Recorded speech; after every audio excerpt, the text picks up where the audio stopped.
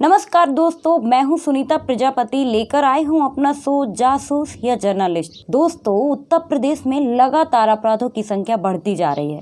कहीं पर रास्ते चलते महिलाओं के साथ रेप हो रहे हैं, तो वहीं पर घरेलू हिंसा और छेड़छाड़ जैसी समस्याएं भी सामने निकल कर आ रही हैं। इतना सब होने के बावजूद भी हमारी जिले की पुलिस प्रशासन पीड़िता को न्याय नहीं दिला पा रही है। न्याय की जगह पुलिस प्रशासन पीड़िता से ही कोतवाली और थाना के चक्कर कटवाते हैं। तो दोस्तों, अगर आपके पास भी ऐसे कोई केस हैं तो आप हमें कमेंट पर ज़रूर बताएं, जिससे हम अपने इस शो में उसको ज़रूर शामिल करना चाहेंगे।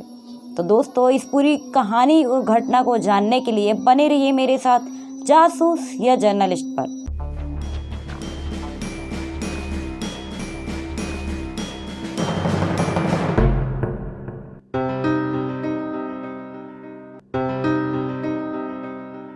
दोस्तों, मामला बांदा जिला के जसपुरा थाना क्षेत्र के एक गांव का है, जहां पर दो चचेरी बहनों ने गांव के ही अनिल और धर्मेंद्र नाम के व्यक्ति के ऊपर 25 अगस्त को बलात्कार करने के आरोप लगाए। पीड़िता इस न्याय पाने के लिए जसपुरा थाने पर गई, पर पुलिस ने किसी तरह की कोई सुनवाई नहीं की। पीड़ित परिवार एसपी की चौखट पर न्याय पाने के लिए पहुंचा। इस लड़की ने बताया कि 25 अगस्त को हमारी दादी की 13वीं थी, जिसलिए हम अपने ससुराल से मायके आए हुए थे। 25 अगस्त की शाम को खाना खाने के लिए एक घर से दूसरे घर जा रहे थे। हमारे रास्ते में कीचड़ था, इसलिए दूसरी रास्ता से घूमकर हमें दूसरे घर जाना था। रास्ते में अनिल और धर्मेंद्र नाम के लड़के शराब पी रहे थे, पर हमें अकेला देखकर हम लोगों को पकड़ लिया। हमने चिल्लाने की कोशिश की, पर अनिल ने हमें तमंचा दिखाकर धमकी दी कि अगर तुमने जरा भी शोर मचाया या किसी को बताया तो हम तुम दोनों लोगों को जान से मार देंगे। मेरी बहन को गाड़ी में बंद कर दिया और मुझे पकड़ कमरे के अंदर ले गए।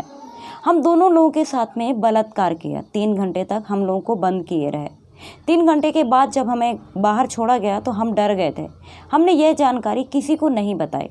जब सुबह हुई तो हमने अपने घर में इस पूरी घटना को बताया। हम लोग कार्रवाई के लिए जसपुरा थाने गए, पर पुलिस ने हमें डांट कर भगा दिया। पीड़ित पिता ने बताया कि जब हम इसकी दरखास्त लिखाने के लिए जसपुरा थाना पहुंचे तो दरोगा ने हमारी दरखास्त तो नहीं ली और ना ही रिपोर्ट लिखी, उल्टा हमारे ऊपर ही राजीनामा करने का दबाव बनाने लगे। दरोगा ने कहा कि आपकी बेटी को अभी ससुराल भेजना है, दूसरी लड़की की आपको शादी करना है। अगर आपकी रिपोर्ट लिख जाएगी तो आगे बहुत ज़्यादा प्रॉब्लम होगी। जब हमने राजीनामा नहीं किया तो दरोगा ने हमारे साथ गाली गलौज कर हमें भगा दिया। 5 सितंबर को हमने बांदा एसपी को दरखास्त दी और न्याय की गुहार लगाई। अब देखते हैं कि आगे हमें किस तरह की न्याय मिलता है। हम यहाँ आए हैं अपने वो लेकर। क्या हुआ आपके साथ? हमारे संग रेप हुआ है। कहाँ गई थी? हम खाना खाने जा रहे थे तेरे ही। कहाँ? हमारी दाई ख़त्म हो गई थी। तो घर से कितनी दूर है? घर से थोड़ी दूर है, ज़्यादा दूर नहीं है, पर घूम के जाना पड़ता है वहाँ से। हमारे यहाँ डगर से कीचड़ था, तो हम दूसरी डगर से जा रहे थे खाना खाने, तो दोनों लोग शराब पी रहे थे अपने वहीं मकान के पास। तो हमें ज़बरदस्ती, दोनों हमारी चाचा की लड़की थी, दोनों को लोग पकड़ के ले गए थे ज़बरदस्ती और घर भीतर अंदर किया, इनको गाड़ी में डाला और फिर कुंडी लगा ली। फिर बाहर से दूसरे लोग ने कुंडी लगा ली। फिर हम चिल्लाते रहे, हमारी कोई सुनो नहीं।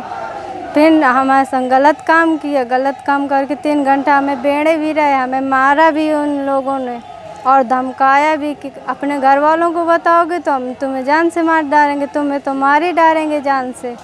तो हम इसलिए हमने 2 दिन अपने घर में नहीं बताया। फिर अपने मम्मी से बताया तो मम्मी हमारी छुपाने के उसमें रही, तो फिर मम्मी ने पापा से बताया। फिर कैसे फिर आप घर वालों को जानकारी मिली?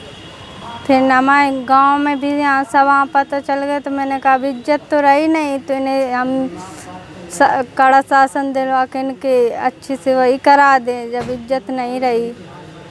तो थाने गए थे? थाने भी गए थे, वहाँ से नहीं सुनाई होती। क्या बोला था वहाँ गए थे?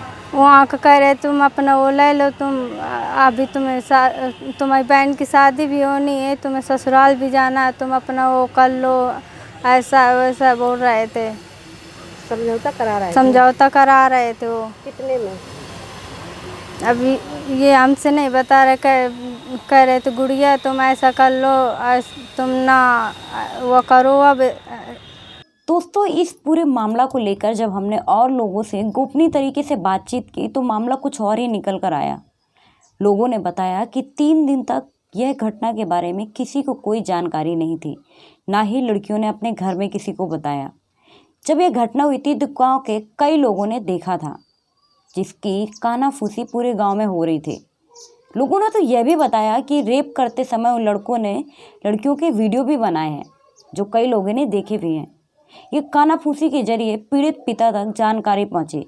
पीड़ित पिता ने अपने लड़कियों को डांट दबकाकर जानकारी की, तब जाकर इस पूरे केस का खुलासा हुआ और पीड़ित परिवार अपनी लड़कियों को लेकर जसपुरा थाने में रिपोर्ट लिखवाने के लिए पहुंचा।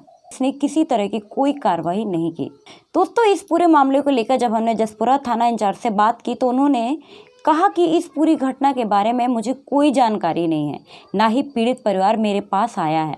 अभी जानकारी हुई है कि पीड़ित परिवार एसपी के पास पहुंचा है। जैसे ही वहां से हमारे पास दरखास्त आती है उसी आधार पर कार्रवाई की जाएगी।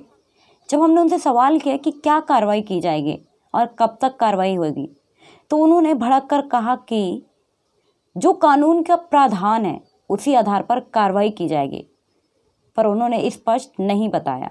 ये मामला ये हमारे पास आई नहीं थी, आज ये गई है शायद आईजी साहब के यहाँ। जी। मुझे जानकारी मिली है, अभी वहाँ से हमारे पास फोन भी आया था।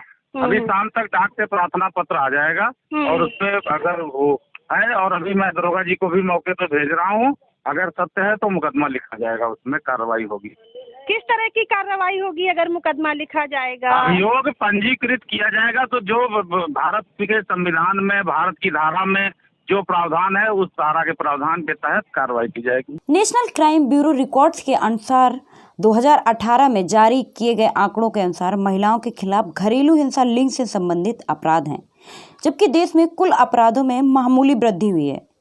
इस साल की शुरुआत में जारी किए गए आंकड़ों में भी उत्तर प्रदेश को महिलाओं के लिए सबसे असुरक्षित प्रदेश माना गया है, जबकि सबसे ज़्यादा महिला हिंसा के रेप जैसे केस मध्य प्रदेश में रिकॉर्ड दर्ज हुए हैं। के अनुसार यूपी में महिलाओं के खिलाफ अपराध के 59,445 मामले दर्ज किए गए हैं, जबकि मध्य प्रदेश में 2018 में 5,550 बलात्कार के केस दर्ज हुए हैं। 2018 में देश भर में महिलाओं के खिलाफ अपराधों के 3,78,277 मामले सामने आए हैं। सवाल ये उठ रहा है कि आखिर उत्तर प्रदेश ही सबसे क्राइम में आगे क्यों होता है। सबसे पहले पीड़ित परिवार पास के थाना कोतवाली चौकी के पास जाता है न्याय पाने के लिए, पर यहाँ के दरोगा जी कह रहे हैं कि यहाँ तो पीड़ित आया ही नहीं। ऐसे कैसे हो सकता है? आखिर पुलिस प्रशासन बनाई क्यों गई है? पीड़ित को न्याय दिलाने के लिए या अपराधियों के हौसले बुलंद करने के लिए? जसपुरा थाने के दरोगा को पीड़ित लड़की को ससुराल भेजने में और दूसरी लड़की की शादी करने की चिंता सता रही है, पर उनके साथ क्या घटना घटी है उसकी कोई परवाह नहीं है।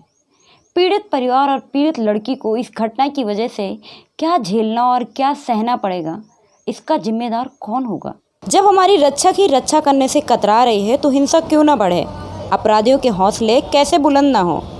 अगर हम ये कहें कि महिला हिंसा बढ़ने में पुलिस प्रशासन का अहम रोल है तो गलत नहीं होगा, क्योंकि अपराध को रोकने की जगह बढ़ावा देने का काम पुलिस बखूबी तरीके से करती है। तो दोस्तों, ये थी हमारी आज की जासूसी भरी कहानी।